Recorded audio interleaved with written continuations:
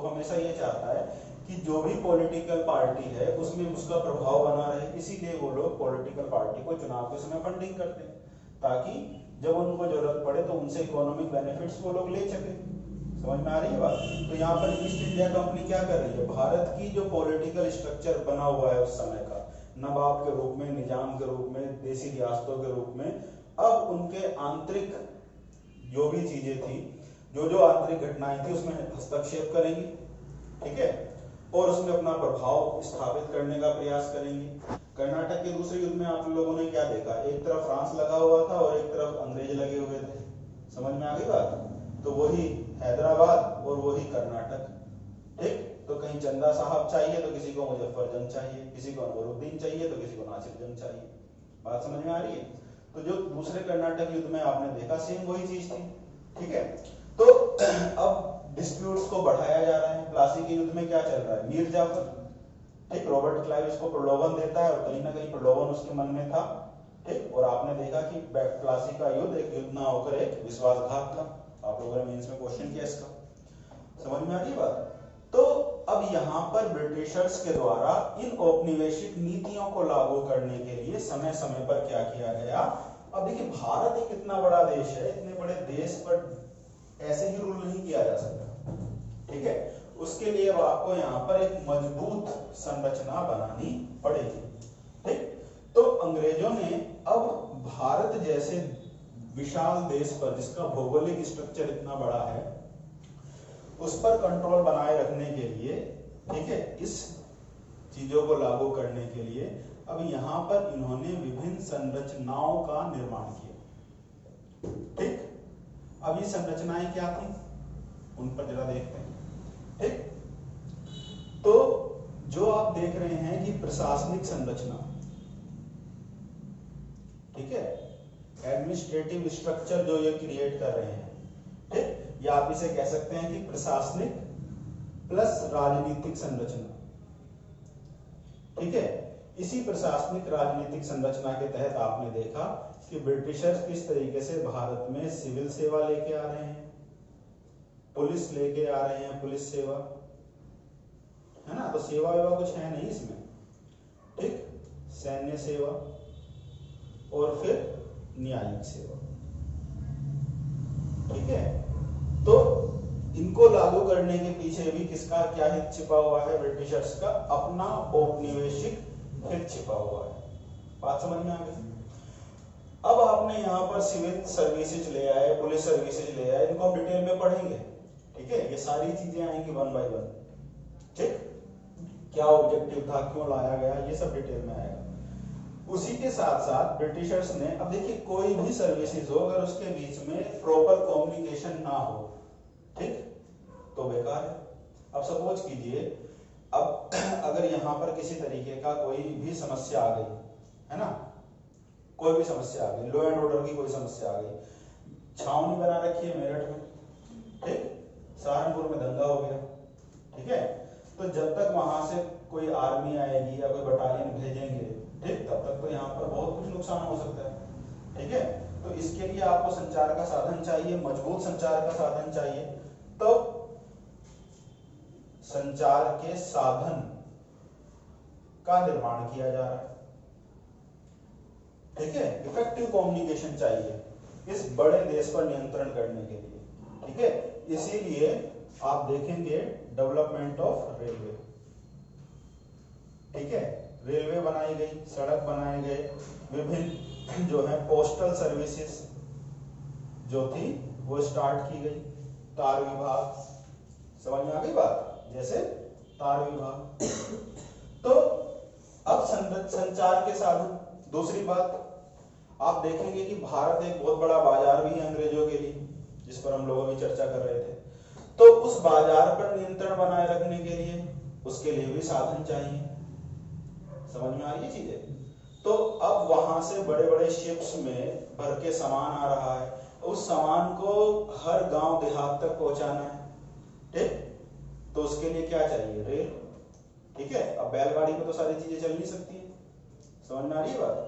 अब अगर बैलगाड़ी में वहां से निकले डीएम साहब तो सहारनपुर पहुंचते पहुंचते 4 दिन लग जाएंगे, ठीक है। तो इसके लिए आपको एक इफेक्टिव कम्युनिकेशन चाहिए। ठीक, अब यहीं से चीजें निकल के आएंगी। अब अगर उनको यहाँ पर संरचनाएं भी निर्माण करनी है, प्रशासनिक संरचना भी लेके आनी है, राजनीतिक स्ट्रक्चर भी क्रिएट करना है, तो पूरा ब्रिटेन तो बसा नहीं देंगे यहाँ पर। ठीक, तो उसके लिए कहीं ना कहीं भारत के लोगों का भी यूज करना पड़ेगा, और वहीं से निकल के आएगी क्या, आधुनिक शिक्षा का कॉन्सेप्ट। जब लॉर्ड मैकाले कह रहा है कि हमें एक ऐसा भारतीय चाहिए जो रूप और रंग में तो भारतीय हो, परंतु आचार और विचार में क्या हो, एक पक्का अंग्रेज। ठीक है, उसके इंटरेस्ट कैसे हो, पूरे के पूरे ब्रिटिश जैसे। समझ में आ गई बात। और वही एक वर्ग होगा जो भारत में ब्रिटेन के लिए बाजार तैयार करेगा और उनके लिए कहीं ना कहीं सपोर्टर बनकर खड़ा होगा। ठीक, पढ़ेंगे हम लोग आधुनिक शिक्षा क्या है, जो ब्रिटिशर्स की हम लोग शिक्षा नीति पढ़ेंगे। समझ में आ गई बात। तो अंग्रेजों ने किस तरीके से समय समय पर भारत की सामाजिक और सांस्कृतिक रचनाओं में परिवर्तन किया। ठीक है, विभिन्न समाज सुधार कानून जो बनाए गए उसके संदर्भ में इसको पढ़ने का प्रयास करेंगे। समझ में आ रही है बात। तो ये है उपनिवेशवाद बेसिकली। अब आपको समझ में आया कि उपनिवेशवाद क्या था। ठीक है, अब जो चर्चा करेंगे हम लोग, चर्चा करेंगे इसके चरणों के ऊपर कि जो उपनिवेशवाद हम कह रहे हैं तो इसके चरण क्या क्या है। तो उपनिवेशवाद की डेफिनेशन बिल्कुल क्रिस्टल क्लियर होनी चाहिए। ठीक, इंटरव्यू में बहुत पूछे जाने वाले क्वेश्चनों में से एक है, मेंस में कई बार क्वेश्चन बना। ठीक, यूपीएससी में भी और स्टेट पीसीएस में भी ये वो क्वेश्चनों में से है जो रिपीट हुए हैं, कई बार रिपीट हुए हैं। ठीक है, तो देखिए उपनिवेशवाद के तहत अंग्रेजों ने भारत में समय समय पर अपनी नीतियां बदली। ठीक है, लेकिन जो उनका ऑब्जेक्टिव था, जो उद्देश्य था, वो कभी परिवर्तित नहीं हुआ। तो उद्देश्य हमेशा से एक रहा कि इस देश का क्या करना है, अधिकतम शोषण करना है ताकि उनको अधिकतम आर्थिक लाभ की प्राप्ति हो सके। इसी पूरे उपनिवेशवाद को जो समझाया वो समझाया आरपी दत्त ने। आरपी दत्त जी ने एक पुस्तक लिखी, उसका नाम है इंडिया टुडे। अब आरपी दत्त जो है ये इंडिया टुडे में इस पूरी कहानी को समझा रहे हैं। बात समझ में आ रही है। इन्हीं का संदर्भ बताते हुए ये क्वेश्चन बना। ठीक, अब उन्होंने इसके जो चरण बताए उस पर थोड़ी चर्चा कर लेते हैं। ठीक, अब देखिए अंग्रेज भारत में आए तो आते ही तो उन्होंने भारत पर विजय प्राप्त नहीं कर ली पूरे भारत पे। ठीक है, धीरे धीरे पढ़ा आप लोगों ने भी। ठीक है, जब आप लोगों ने ब्रिटिशर्स के साथ का देखा कि किस तरीके से उन्होंने भारत का एनेक्सेशन किया, ठीक है, जीता, तो आप देख रहे हैं कि पहले शुरुआत हो रही है बंगाल से, फिर मैसूर, फिर मराठा, है ना। समझ में आ रही बात। सिंध, पंजाब और लास्ट में अवध का विलय। ठीक है, अलग अलग आपने युद्ध भी पढ़े। तो अब देखिए जब ब्रिटिशर्स आ रहे हैं शुरू में तो ईस्ट इंडिया कंपनी के रूप में आ रहे हैं, एक व्यापारिक कंपनी बन के आ रही है। ठीक, तो जो पहला चरण है वो है व्यापारिक पूंजीवाद का चरण। पहला चरण कौन सा है, व्यापारिक पूंजीवाद। ठीक, जो शुरू हो रहा है 1757 से और चल रहा है 1813 तक। ठीक है, अब क्या होता है व्यापारिक पूंजीवाद ये समझिए। ठीक, देखिए इस चरण में अंग्रेजों के जो उद्देश्य थे वो ये थे कि भारत के व्यापार पर एकाधिकार बनाया जा सके। ठीक, भारत के व्यापार पर क्या बना रहे, अंग्रेजों का एकाधिकार बना रहे। दूसरी बात, अब भारत में ज्यादा से ज्यादा क्या करें, राजनीतिक प्रभाव स्थापित करें। ठीक, जितना राजनीतिक प्रभाव उनका होगा उतना ही ज्यादा उनको क्या मिलेगा, मॉनेटरी बेनिफिट्स मिलेगा, आर्थिक लाभ प्राप्त होगा। ठीक है, तीसरी बात, कम से कम दाम पर वो क्या कर सकते हैं, वस्तुओं की खरीद कर सकते हैं। ठीक, अब नवाब उनका है, सेना उनकी है। ठीक है, तो उन्होंने भारत के जो शिल्पकर्मी थे, जो हाथ से सामान बनाने वाले, ठीक है, मजदूर थे, ठीक है, अब उनका शोषण किया, जो मन करा उनको वो पैसा दिया, वो दाम चुकाए। ठीक, तो तो कम से कम दामों में भारत के लोगों से वस्तुएं खरीदी और उसको यूरोप में जाकर मुनाफे पर बेचा। ठीक है, समझ में आई बात। इसीलिए कहा जा रहा है कि बंगाल में क्या हो रहा है, जो भारत के शिल्पकर्मी हैं, जो भारत के बुनकर हैं, उनकी हड्डियों से बंगाल फट गया। ठीक, ग्रेट फैमाइन ऑफ बंगाल के संदर्भ में इन चीजों को समझिए। नेक्स्ट, अंग्रेज अकेले तो नहीं आए थे यूरोपीय कंपनियों के रूप में। ठीक, उनके साथ और भी लोग थे, पुर्तगाली भी आपने पढ़े, डच भी पढ़े, है ना, फ्रांसीसी भी पढ़े। तो अंग्रेजों ने राजनीतिक प्रभाव स्थापित करा। ठीक, और आप देख रहे हैं वेदरा के युद्ध में डचों को भगाया, वांडीवास के युद्ध में उन्होंने फ्रांसीसियों को हराया। तो कहीं ना कहीं धीरे धीरे उन्होंने इस फेज में अपने यूरोपीय प्रतिद्वंदियों को हर संभव तरीके से भारत से खदेड़ने का प्रयास किया। ठीक, और उसके बाद उन्होंने बंगाल से जो उनकी इनकम प्राप्त होनी शुरू हुई, कब, 1765 इलाहाबाद की संधि के बाद। ठीक है, अब उन्होंने बंगाल से जो भी पैसा मिल रहा था उसका भारत में क्या करना शुरू किया, निवेश शुरू किया। निवेश समझते हैं, इन्वेस्टमेंट। ठीक, तो अब उन्होंने निवेश के माध्यम से भारत से लाभ जनरेट किया। ठीक, अब उन्हें भारत में अपनी सेना खड़ी करने के लिए ब्रिटेन से पैसा नहीं लाना, ठीक, गोला बारूद बनाने के लिए वहां से पैसा नहीं लाना, बंगाल से जो राजस्व प्राप्त हो रहा था उसी पैसे से उन्होंने भारत से अब वस्तुएं खरीदनी शुरू की। ठीक, और उन्हीं वस्तुओं का अब उन्होंने यूरोप में क्या किया, निर्यात किया। समझ में आ गई बात। ठीक, तो यहां से पैसा कमाया, यहीं के पैसे से यहीं की वस्तुएं खरीदी, यूरोप में निर्यात किया और मुनाफा कमाया। समझाऊंगा मैं आपको इस अंतरराष्ट्रीय ट्रेड को जब मैं आपको बताऊंगा कृषि का वाणिज्यीकरण, कि किस तरीके से अंग्रेजों ने भारत में कैश क्रॉप्स को बोने के लिए भारतीयों को बाध्य किया। भारत तो मोटे अनाज के लिए जाना जाता था, खाद्यान्न से संबंधित अनाज उग रहा था। क्यों अंग्रेजों ने भारत में नील की खेती करवाई, क्यों तंबाकू, कपास, अफीम की खेती करवा रहा है। ठीक है, इसको समझेंगे हम लोग नेक्स्ट चैप्टर में। तो अब इसके माध्यम से वस्तुएं खरीदने के लिए अंग्रेजों को यूरोप से सोने और चांदी के सिक्के लाने की आवश्यकता नहीं थी। समझ में आई चीजें। भारत से प्राप्त धन पर ही अब वो वस्तुएं खरीद सकते हैं और अपनी आर्मी को खड़ा कर सकते हैं। ठीक, याद करो अवध के साथ जो समझौता हुआ था। ठीक है, अवध की सुरक्षा के लिए ब्रिटेन की सेना रहेगी, यानी ईस्ट इंडिया कंपनी की सेना रहेगी। समझ में आई बात। खर्च कौन उठा रहा है, नवाब। अभी आपने पढ़ा वेलेस्ली की सहायक संधि, सहायक संधि के प्रावधानों को याद करो। समझ में आ रही चीजें। तो बेसिकली ये जो फेज रहा, इस फेज में इन्होंने जो पॉलिसी अपनाई वो अपनाई घेरे की नीति। घेरे की नीति। अब ये घेरे की नीति क्या है, इसको थोड़ा सा समझने का प्रयास करते हैं। देखिए, अब घेरे की नीति का मतलब है कि इन्होंने बफर स्टेट्स बनाने शुरू किए। सीधे सीधे हम अपने शत्रु से नहीं टकराएंगे। अब मराठा उस समय अवध तक आक्रमण कर रहे थे। ठीक, तो अवध को क्या बना दिया, एक संरक्षित राज्य बना दिया। ठीक, कंट्रोल कहां पर किया, पूरी तरीके से विलय किसका किया, बंगाल का। चाहते तो अवध का भी अधिग्रहण कर सकते थे बक्सर के युद्ध के बाद। ठीक है, लेकिन नहीं किया। ठीक, वहां पर उन्होंने अपनी सेनाएं रख के छोड़ दी। समझ में आ रही है बात। उसको अपना बफर स्टेट बना दिया। ठीक, जैसे हम कहते हैं कि भाई भारत और चाइना के बीच में नेपाल क्या है, बफर स्टेट की तरह कार्य कर रहा है, या भूटान क्या है, बफर स्टेट की तरह कार्य कर रहा है।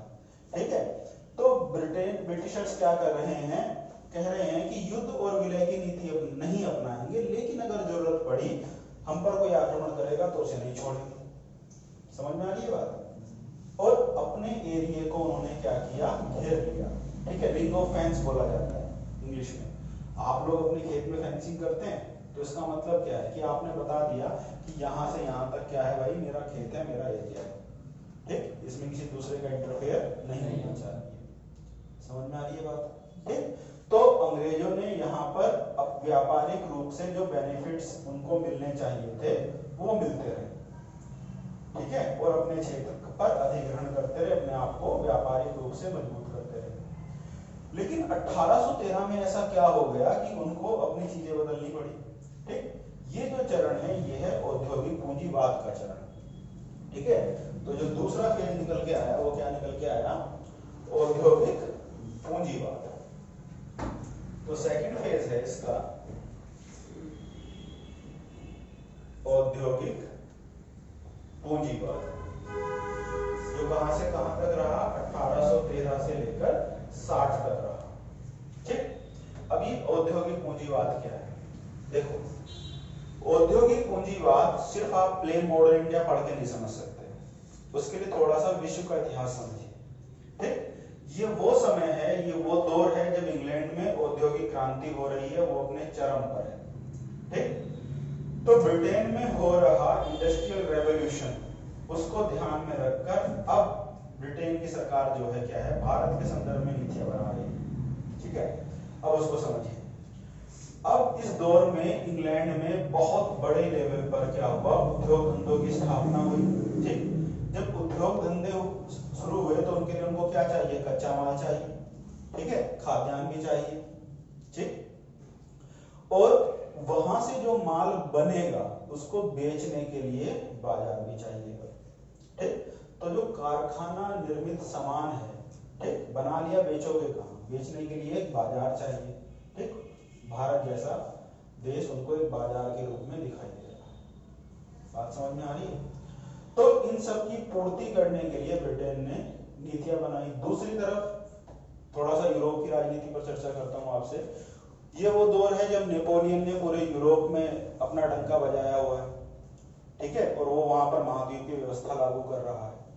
ठीक, समझ में आ रही है बात, कि यूरोप का कोई भी देश ब्रिटेन के साथ व्यापारिक संबंध नहीं रखेगा, अगर रखेगा तो वो नेपोलियन उससे बदला लेगा, युद्ध करेगा नेपोलियन उसके साथ। ठीक है, तो कहीं ना कहीं वो नेपोलियन का शत्रु है।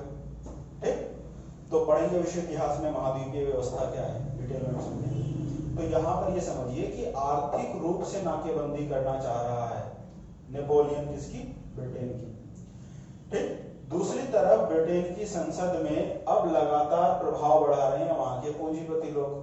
ठीक, अब उन्होंने सरकार पर प्रेशराइज किया कि क्यों सिर्फ ईस्ट इंडिया कंपनी को एकाधिकार मिला हुआ है भारत के साथ व्यापार करने के लिए, हम क्यों नहीं कर सकते। समझ में आई बात? इसीलिए 1813 का जब आप एक्ट पढ़ोगे उसमें आप ये चीज देखेंगे कि किस तरीके से ईस्ट इंडिया कंपनी के एकाधिकार को तोड़ा गया। ठीक, और कहा गया कि ईस्ट इंडिया कंपनी ही नहीं, ब्रिटेन की कोई भी कंपनी भारत के साथ व्यापार कर सकती है। 1833 तक आते आते ईस्ट इंडिया कंपनी की मोनोपोली भारत से पूरी तरीके से समाप्त कर दी गई। ठीक है, 1813 के एक्ट में चाय का जो इन्होंने बागान वागान लगाए थे उस पर इनका एकाधिकार बना रहा था, बाकी के क्षेत्र खोल दिए गए थे। ठीक है, 1833 के एक्ट में वो चीजें भी समाप्त कर दी गई।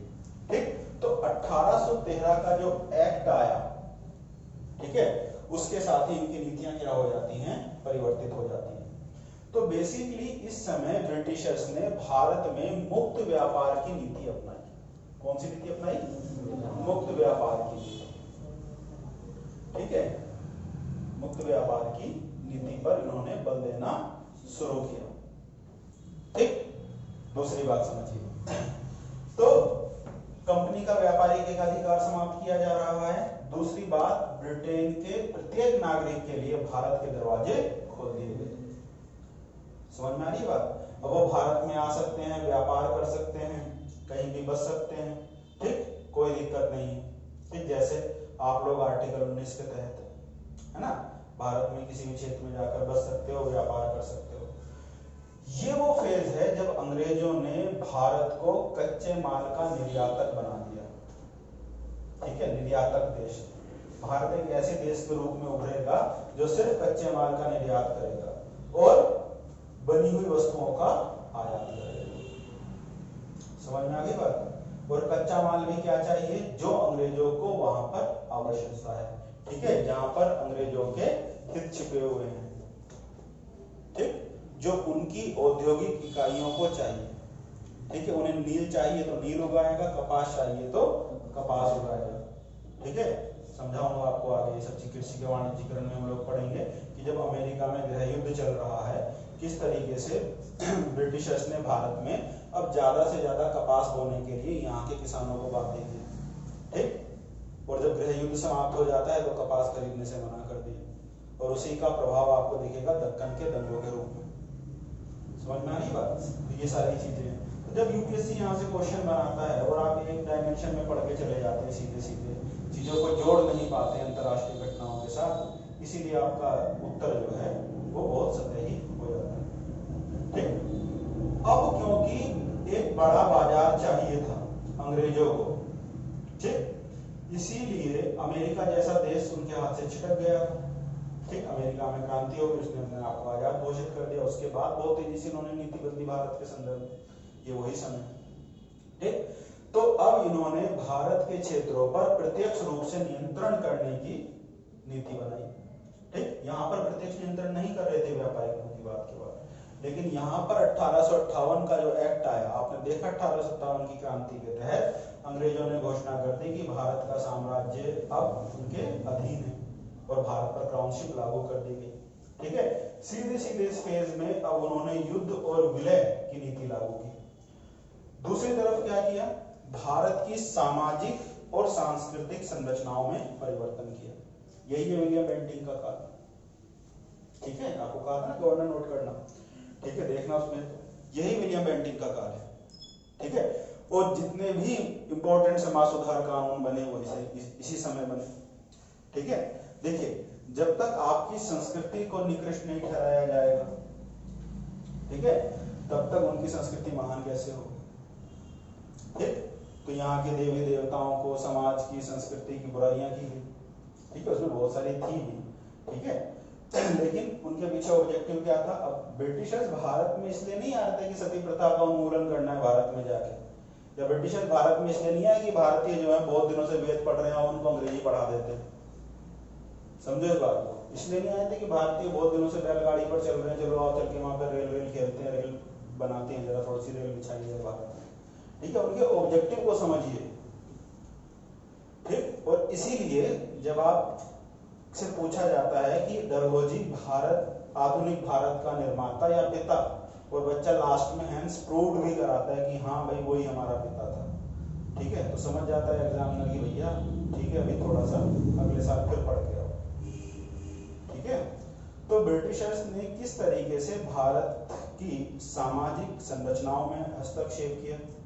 ठीक है, मैं कल स्पष्ट रूप से बोल रहा है, ठीक है, कि पूरा भारत मिला लो, अरब मिला लो, ठीक है, यहाँ का जितना भी साहित्य है, ठीक, वो लंदन की एक यूनिवर्सिटी में जो एक ड्रॉर में जो किताबें रखी हुई हैं उनके मूल्य के बराबर भी नहीं, पूरे अरब और भारत के साहित्य को नकार रहा है। ठीक है, पूरे ज्ञान विज्ञान को नकार रहा है। तो भारत के समाज की संस्कृति की तीव्र आलोचना की जाएगी और इसी फेज में भारत में आधुनिक शिक्षा को लागू किया जाएगा। यही है 1813 के और 60 के बीच का चरण। समझ में आ रही है बात? ठीक, तो युद्ध विलय की नीति, सक्रिय हस्तक्षेप, समाज के दृष्टिकोण से भी और संस्कृति के दृष्टिकोण से भी। समझ में आ गई बात? एक्टिव इंटरफेयर किया गया। ठीक, उसके बाद 1860 के बाद का जो चरण है, ठीक है, उसको कहा जाता है वित्तीय पूंजीवाद। 1860 के बाद और जब तक गुलाम रहे हम तब तक। ठीक, अब देखो हुआ जब ब्रिटेन में औद्योगिक क्रांति हुई तो औद्योगिक क्रांति के परिणाम स्वरूप अब बहुत ज्यादा पूंजी एकत्रित हो गई वहां के लोगों पर, व्यापारियों पर। ठीक है, तो अब उन्हें एक कहीं निवेश करना था। ठीक है, अब आप इन्वेस्टमेंट कहाँ करते हैं? अब सपोज कीजिए आपको अपना पैसा कहीं इन्वेस्ट करना है, आपको प्रॉपर्टी में इन्वेस्ट करना है। ठीक, आपने पहले से ही डेवलप्ड सिटी में, या आप सपोज कीजिए यहाँ पे आवास विकास जो है ये महंगी कॉलोनी है, ठीक है, आपने यहाँ पर मैक्सिमम पैसा लगाया और एक प्लॉट ले लिया, लेकिन वो बढ़ेगा कितना? कम बढ़ेगा। ठीक, अब ये रिंग रोड बना है शहर के चारों तरफ, ठीक है, आपने कहा कि भाई ये जो एरिया है अब ये डेवलप्ड होगा, क्यों? क्योंकि यहाँ पर मेन हाईवे निकला। ठीक है, आपने उस पैसे को वहां इन्वेस्ट किया। ठीक है, तो वहां पर रेट ऑफ इंटरेस्ट ज्यादा होगा, तेजी से बढ़ेगा पैसा वहां पर, है ना। 3-4 सालों में ही वहां पर अलग अलग संरचनाएं बनेगी तो आपकी जमीन के दाम तेजी से बढ़ेंगे, आपको ज्यादा मुनाफा। ठीक है, तो निवेश हमेशा व्यापारी वहां करता है जहां पर ज्यादा हो और निश्चित हो, दो चीजें।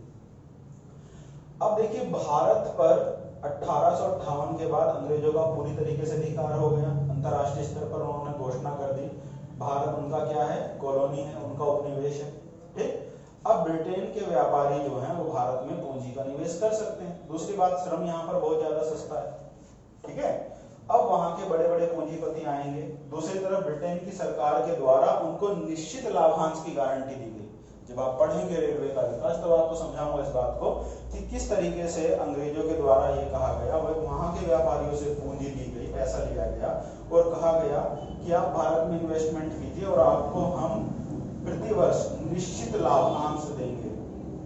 समझ में आ रही है बात? निश्चित लाभांश की गारंटी दी गई। तो वहां के लोगों ने भारत में इन्वेस्टमेंट किया, ठीक। अंग्रेजों ने ब्याज पर पैसा उठाया, भारतीयों ने उसका कर्ज चुकाया। यही तो डेट ऑफ वेल्थ है। समझ में आ गई बात? तो अपने फायदे के लिए वो डेवलपमेंट कर रहे हैं, ठीक है, और उसका सारा कर्जा किस पर आरोपित किया जा रहा है? भारतीयों पर किया जा रहा है। अब वहां के व्यापारियों के द्वारा यहाँ की बागबानी कृषि में इन्वेस्टमेंट किया गया, ठीक है। चाय के बागान लगाए जा रहे हैं, कॉफी के बागान लगाए जा रहे हैं। दूसरी तरफ खनन, ठीक है। अब आपको पता होना चाहिए कि इस समय एनर्जी का जो सोर्स है वो क्या था? कोयला, ठीक है। समझ में आ रही है बात? तो वहां जो उद्योग धंधे चल रहे हैं उनके लिए कोयला चाहिए, ठीक। भारत में कोयला भी है और भी मिनरल्स हैं, लोहा भी है, ठीक। खोदो जितना मन करे, क्यों? क्योंकि अब तो ये उनका हो गया। समझ में आ गई चीजें? और उन्होंने भारत से ज्यादा, ठीक, खनन करना शुरू किया। सब में पूंजी किसकी लगी हुई है? ब्रिटिशर्स की, ठीक है। तो उन सब सेक्टर्स में उन्होंने निवेश किया। तो भारत में रेलवे हो जाए, बैंकिंग हो जाए, शिपिंग इंडस्ट्री हो जाए, बागबानी कृषि हो जाए, इन सभी क्षेत्रों में अंग्रेजों ने या ब्रिटिश पूंजीपतियों ने निवेश किया और लाभ कमाया। तो सही मायने में इस चरण तक आते आते भारत जो था अंग्रेजों का सही से गुलाम बना, ठीक है। और उन्होंने जी भरकर भारत का क्या किया? दोहन किया। समझ में आ रही चीजें? तो ये क्वेश्चन आपको तैयार करना है कि उपनिवेशवाद क्या है, उपनिवेशवाद के चरण क्या है, ठीक। अगर ये कॉन्सेप्ट आपको समझ में आ गया तो आने वाले समय में ब्रिटेन की जितनी मैं नीतियां आपको पढ़ाऊंगा, ठीक है, हम इनकी भू राजस्व नीति पढ़ेंगे, ठीक है। भू राजस्व नीति में आपको बताया कि कृषि का वाणिज्यीकरण पढ़ेंगे, ठीक है। कृषि के वाणिज्यीकरण के बाद इनकी औद्योगिकरण की नीति पढ़ेंगे, ठीक है। तो औद्योगिकरण क्या था? बेसिकली इन्होंने भारत का औद्योगिकरण किया था, ठीक। भारत का जो स्मॉल इंडस्ट्रीज थी उसको पूरी तरीके से इन्होंने खत्म किया, ठीक। समझ में आ रही है बात? और फिर देखेंगे किस तरीके से इन्होंने भारत से धन की निकासी की और उसमें रेलवे का डेवलपमेंट भी समझेंगे। समझ में आ रही है बात?